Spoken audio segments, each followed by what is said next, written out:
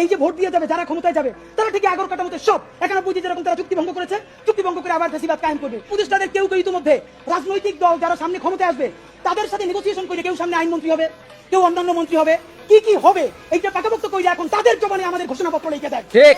এখন সেই ক্ষমতায় যারা আসবে সেই দলের মুখপাত্র হয়ে তারা এই সরকারের মধ্যে কাজ করে। আপনি কিছু বিপ্লবী সিদ্ধান্ত নেন, সেই বিপ্লবী সিদ্ধান্তের মধ্যে আপনি 1 নম্বরে বলেন যে এই যদি ক্ষমতায় আসবে ওয়াদা করতে হবে 72-এর সংবিধানকে বাতিল করতে হবে।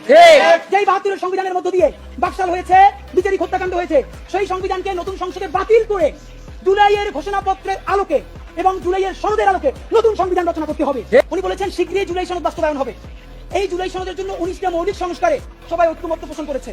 এরপরে যে কথাটা আর বলা হয় না, এই 19টা ঐক্যমত্যের মধ্যে বিএনপি বলেছে তার মধ্যে 10টাই তারা নোট অফ ডিসেন্ট দিয়েছে। তো নোট অফ ডিসেন্ট কি?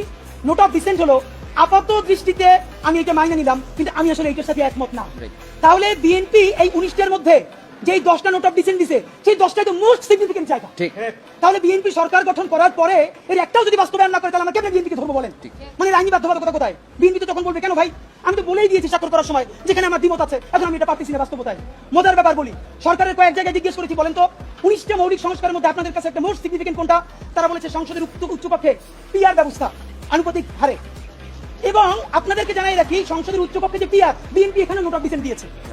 এই সংসদের উচ্চকক্ষে বিএনপি যে নোট অফ ডিসেন্ট দিয়েছে এটাও যদি সে বাস্তবায়ন না করে তাহলে আমরা মানে আপনি ভাবেন আমরা কি কারণে, ঠিক কোন কারণে আমরা এখন এই কথাগুলোকে বিশ্বাস করবো? রাজনৈতিক দলগুলোকে তারা ইন্টারিম থাকা অবস্থায় আমাদের চোখের সামনে 47কে নাই করে দিল, পিলখানাকে নাই করে দিল, শাপলাকে নাই করে দিল, নিরাপদ সড়ক আন্দোলনকে নাই করে দিল, বিচারিক হত্যাকাণ্ডের কথা তারা বললো না।